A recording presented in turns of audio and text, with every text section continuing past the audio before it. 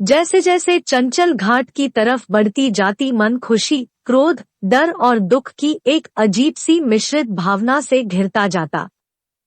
सूर्य देव अपने घर लौट जाने को उतावले हो रहे थे और घाट पर संध्या आरती की तैयारी होने लगी। चारों तरफ दीप और बल्ब की रोशनी में गंगा घाट की अद्भुत छटा बिखरी हुई थी। लोगों की भीड़ भाड़ बढ़ने लगी। आरती के लिए घाट पर आज भी लोगों में वही श्रद्धा, वही उत्साह देखा जो वर्षों पहले देखा था। आसमान सिंदूरी रंग में नहा चुका था। पक्षियों का झुंड चहचहाते हुए अपने घोंसले में वापस जाने के लिए उड़ान भर रहे थे। चंचल की आंखें आज प्रकृति की इस अद्भुत अनुपम छटा को नहीं बल्कि अपने जीवन की अनमोल निधि, अपना प्यार, अपने राजीव को ढूंढ रही थी। आरती का समय हो गया था। घाट पर मंत्र और घंटे, घड़ियाल, शंख ध्वनि में सारा वातावरण डूब गया। भीड़ ज्यादा होने से चंचल राजीव को नहीं ढूंढ पाई और निराश होकर वहीं एक कोने में बैठ गई। उसे ऐसा लगा जैसे आज उसने एक बार फिर से उसे खो दिया। प्रकृति ने फिर उसका मजाक बनाया। वह आंखों में आंसू लिए गंगा में पड़ रहे आरती के प्रतिबिंब को देखते रही। जैसे जैसे मंत्र चंचल के कानों में पड़ते ऐसा लगता कि गंगा की धारा में वह भी बहती जा रही है। चंचल ने अपनी आंखें बंद कर ली और स्वयं को उस दिव्य वातावरण में डूबने दिया। आरती समाप्त हो चुकी थी। लोग धीरे धीरे अपने घरों की ओर प्रस्थान कर रहे थे। चंचल के अंदर जैसे प्राण ही नहीं, निर्जीव वहीं बैठी रही। घाट आए सभी लोग जा चुके थे। जहां अभी थोड़ी देर पहले ही शंख और घंटे की ध्वनि में मां गंगा की धारा प्राणदायिनी लग रही थी, वहीं सन्नाटा गिरते ही मां गंगा की गर्जना डराने लगी। लेकिन चंचल विवेक शून्य होकर वहीं बैठी रही। आज उसे अपने अंदर कुछ महसूस नहीं हो रहा था। तभी किसी की आवाज ने उसमें चेतना का विस्तार किया। मेम साहब, गाड़ी सामने सीढ़ियों तक ले आया हूँ। घाट भी बिल्कुल खाली हो गया है, चलिए घर चलिए। यह मोहन की आवाज थी, जो चंचल का ड्राइवर है। उम्र में चंचल से बहुत बड़ा, इसलिए चंचल उसे श्याम ना कहकर काका कहती है। कात्यायनी ने उसे ऐसे देखा जैसे उसे पहचानती ही नहीं। उसके इस प्रकार देखने से ड्राइवर ने फिर से कहा, क्या हुआ मेम साहब, तबीयत तो ठीक है ना? चंचल की आवाज भी ऐसा लग रहा था जैसे बहुत थकी हुई है और बड़ी मुश्किल से बस इतना ही कहा कि नहीं काका, सब ठीक है, चलिए, और ड्राइवर के पीछे पीछे चल दी। ऐसा लगा जैसे मीलों का सफर तय करके आई है, पैर उठते ही नहीं है। शरीर में इतनी भी जान नहीं कि सीढ़ियां चढ़ सके। जबान तालू में चिपक गए, आवाज तक नहीं निकल रही। काका ने जब चंचल की हालत देखी तो उसे सहारा देकर किसी तरह ऊपर ले आए और गाड़ी में बैठाया। पानी की बोतल चंचल की तरफ बढ़ते हुए बोले, थोड़ा पानी पी लीजिए। चंचल ने पानी पिया और आंखें बंद करके सीट पर अपना सर टीकाकार बैठ गई। ड्राइवर ने देर न करते हुए गाड़ी स्टार्ट कर दी और गाड़ी घर की तरफ तेजी से दौड़ा दी। सड़कें भी खाली हो चुकी थी क्योंकि बाजार भी लगभग बंद हो चुका था। इक्का दुक्का दुकान खुली थी, वह भी बंद हो रही थी। घर पहुंचकर काका ने गाड़ी दरवाजे पर खड़ी कर दी और दरवाजे के अंदर जाकर जोर से आवाज लगाई, मालती, ओ मालती, जल्दी आ। क्या कर रही है? अंदर से एक अधेड़ उम्र की औरत लगभग दौड़ते हुए आई। क्या हो गया? इतनी जोर से क्यों चिल्लाते हो? क्या बात हो गई? मेम साहब की तबीयत ज्यादा खराब हो गई है, जल्दी चल। काका ने मालती से कहा और जल्दी से गाड़ी के पास वापस आकर गाड़ी का दरवाजा खोलकर चंचल को गाड़ी से निकलने में उसकी मदद करने लगे।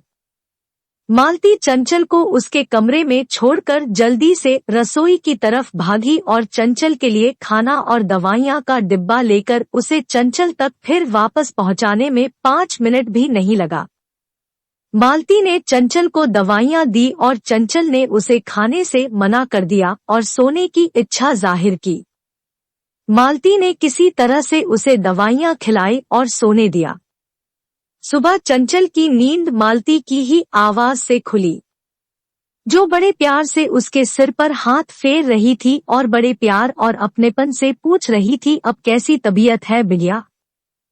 चंचल उसका स्नेह और ममता भरा स्पर्श पाकर बच्चों की तरह सिमट गई और बोली, ठीक हूँ काकी। मुझे क्या हुआ है? तुम और काका तो बिना वजह परेशान होते हो। अच्छा, हम और काका नाहक ही परेशान होते हैं। अपनी तो सुध ही नहीं रहती तुझे, ना खाने की, ना पीने की और ना ही समय पर दवाइयां लेने की, और बोलती है कि हम नाहक ही परेशान होते हैं। बिटिया, काम में खुद को इतना मत उलझा कि अपना भी होश ना रहे। जान है तो जहान है समझी। चाल उठ, जा मुंह धोकर बाहर आ जा। डॉक्टर साहब कब से बैठे हैं, तेरा इंतजार कर रहे हैं। मैं चाय लेकर आती हूँ। काकी, डॉक्टर साहब को क्यों बुला लिया, मैं मर थोड़े ही रही हूँ। चंचल ने हंसते हुए काकी को छेड़ा। मरे तेरे दुश्मन, जब देखो यह लड़की फालतू की बकवास करती है, फिर से फालतू की बात की तो मुझसे बुरा कोई नहीं होगा समझी। पता नहीं क्या समझती है अपने आप को। और मालती गुस्से से बड़बड़ाते हुए चली गई। हेलो डॉक्टर, कैसे हैं आप? हेलो चंचल, मैं ठीक हूँ, आप बताइए कैसा महसूस कर रही हैं? श्याम काका का फोन रात को ही आ गया था। मैंने ही उन्हें दवाई देने को कहा था और थोड़ी देर में ही मैं भी आ गया था, तब से इधर ही हूँ। सॉरी डॉक्टर, काका ने बिना वजह ही आपको परेशान किया। चेकअप के बाद डॉक्टर जा चुके थे और चंचल भी अपने काम पर जाने के लिए तैयार होकर निकल चुकी थी। शाम होते होते ना जाने क्यों चंचल को ऐसा लगने लगा कि जैसे गंगा का वह घाट उसे बुला रहा है, जैसे कोई उसकी प्रतीक्षा कर रहा है। चंचल फिर शाम होते ही गंगा घाट पहुंच गई और चुपचाप किनारे पर बैठ गई। धीरे धीरे भीड़ बढ़ने लगी। आरती के सुंदर मंत्र में पूरा घाट डूब गया और फिर धीरे धीरे लोग आरती के बाद अपने अपने घर जाने लगे। चंचल ना चाहते हुए भी पता नहीं क्यों रोज शाम को घाट पहुंच जाती। घंटे अकेले शांत बैठी रहती, फिर वापस आ जाती। लेकिन न जाने अकेले होते हुए भी उसे अकेला क्यों नहीं लगता था। ऐसा लगता जैसे कोई उसके साथ है। कुछ दिनों से चंचल का यही रूटीन बना हुआ था। काम से फ्री होते ही वह घाट पहुंच जाती और घंटों अकेले बैठी रहती, फिर घर वापस आती। चंचल का आजकल बिल्कुल भी मन नहीं लग रहा था किसी भी काम में। इधर कई दिनों से वह घाट पर नहीं जा पा रही थी क्योंकि काम ज्यादा होने से वह शाम को निकाल नहीं पाती थी। चंचल इंटीरियर डिजाइनर है और उसे बनारस के 3-4 बड़े होटल के इंटीरियर के लिए मुंबई से बुलाया गया था। त्योहार का सीजन आने से पहले काम जल्दी खत्म करने का बहुत प्रेशर था। कई दिनों बाद जब चंचल घाट पर गई तो उसने देखा जहां एकांत में वह बैठा करती थी वहां कोई बैठा हुआ है। चंचल अंधेरे की वजह से उसे ठीक से देखा नहीं पाई और आगे बढ़ गई। तभी पीछे से आवाज आई कि मुझे माफ कर दो चंचल। यह शब्द सुनते ही चंचल जैसे वही पत्थर की मूरत बन गई। बहुत मुश्किल से उसने पीछे मुड़कर देखा तो राजीव खड़ा था, वहीं जहां वह एकांत में बैठा करती थी। राजीव। चंचल जैसे खुद को रोक नहीं सकी और आज राजीव को अचानक अपने सामने देखकर रो पड़ी। इन आंसुओं ने आज उसके अंदर के तूफान को शांत कर दिया। दोनों एक दूसरे का हाथ थामे घंटे तक रोते रहे। दोनों ने किसी से कुछ नहीं कहा। राजीव ने चंचल को संभाला और कहा, चंचल, मैं तुम्हारी माफी के लायक तो नहीं हूँ, लेकिन फिर भी तुमसे माफी मांगना चाहता हूँ। तुम्हारा साथ छोड़ने के लिए, तुम्हें वह घटिया शब्द कहने के लिए। आज भी मैं तुम्हारे आंसुओं की अग्नि में चल रहा हूँ, जो उस दिन मेरी वजह से तुम्हारी आंखों में आए। मुझे माफ कर दो चंचल। वर्षों बाद तुम्हें देखकर मैं अपने आप को रोक नहीं पाया। हमेशा सोचता रहा कि तुमसे माफी मांगू, लेकिन कभी हिम्मत ही नहीं हुई। लगता था कि किस मुंह से तुमसे माफी मांगू, मैं तो तुमसे बात करने लायक भी नहीं हूँ। यह वही जगह है चंचल जहाँ मैंने तुम्हारा दिल तोड़ा, तुम्हें रोता हुआ छोड़कर चला गया। यह भी नहीं सोचा कि तुम पर क्या बीतेगी, कैसे संभालोगी अपने आप को। तुम मेरे किए कि जो भी सजा देना चाहो दे सकती हो, आखिर मैं तुम्हारा गुनहगार हूँ। चंचल, राजीव, मैं बस इतना जानना चाहती हूँ कि तुमने ऐसा क्यों किया। क्या तुम्हारी लाइफ में कोई और आ गई थी, या तुमने पैसों की वजह से मुझे छोड़ा? और अगर तुम्हें मुझसे प्यार नहीं था तो इतने दिनों तक यह नाटक क्यों करते रहे? प्यार करने का दिखावा क्यों किया? राजीव, प्लीज ऐसा मत बोलो चंचल, मेरी लाइफ में तुम्हारे सिवा कोई नहीं था, नहीं है और ना कभी होगा। और मैंने तुम्हारा दिल अपने परिवार की वजह से तोड़ा। मेरे परिवार वाले नहीं चाहते थे कि हम साथ रहे। मैंने उन्हें बहुत समझाने की कोशिश की, लेकिन कोई मेरी सुनने को तैयार नहीं था। घर का इकलौता लड़का, 4 बहनों का अकेला भाई, और माँ ने तो कसम खा ली कि जब तक मैं तुमसे अपना रिश्ता खत्म नहीं करूंगा तब तक वह ना कुछ खाएंगी ना कुछ पिएंगी, जिसकी वजह से उनकी तबीयत बहुत बिगड़ गई और उन्हें अस्पताल ले जाना पड़ा। मैं मजबूर हो गया था, हालात के कारण मुझे मजबूरन वही करना पड़ा जो मैं कभी नहीं करना चाहता था। चंचल, तो राजीव, तुमने यह क्यों कहा था कि तुम अपनी माँ की पसंद की लड़की से शादी करना चाहते हो?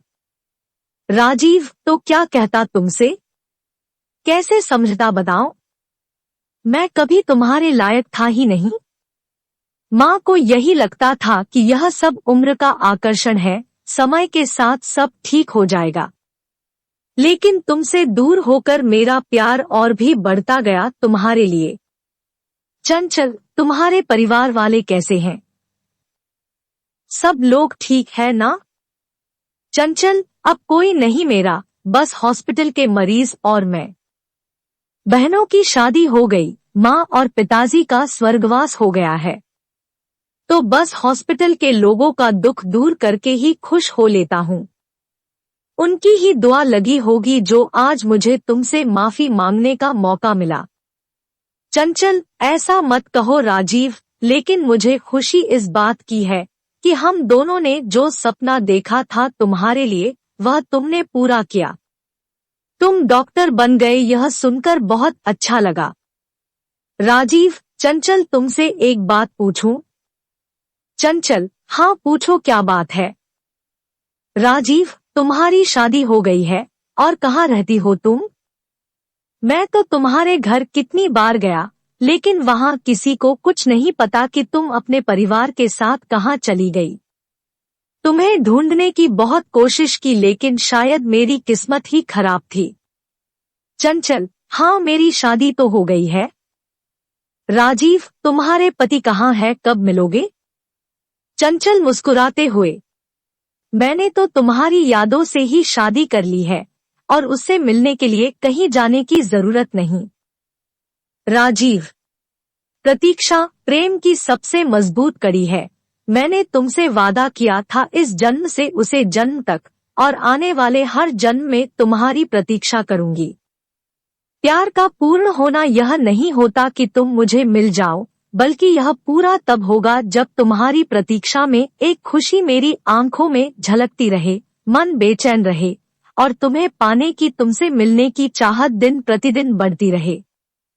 प्रेम की वेदना सहे बिना प्रेम पूर्ण नहीं होता, और राजीव, प्रेम मन में रखने के लिए ही नहीं, जताने के लिए भी होता है। अब और प्रतीक्षा नहीं करवाओ। राजीव ने भी मुस्कुराते हुए अपनी बाहें फैला दी और कात्यायनी उसमें बच्चों की तरह सिमट गई। दोनों का वर्षों का इंतजार आज खत्म हुआ और उनका प्रेम भी पूर्ण। माँ गंगा की पवित्र धारा और आसमान में झिलमिलाते तारे आज इस सच्चे प्रेम का गवाह बने। चंचल और राजीव के प्रेम को देखकर आज यह महसूस हुआ कि प्रेम कभी व्यापार, love can not be a trade, नहीं हो सकता। क्योंकि जो लोग छल में रहते हैं वह प्रेम नहीं समझते, और जो प्रेम में रहते हैं वह छल नहीं समझ पाते। दोस्तों, अगर यह बातें आपको अच्छी लगी है तो कृपया इसे लाइक, शेयर और सब्सक्राइब जरूर करें। Thanks for watching. धन्यवाद।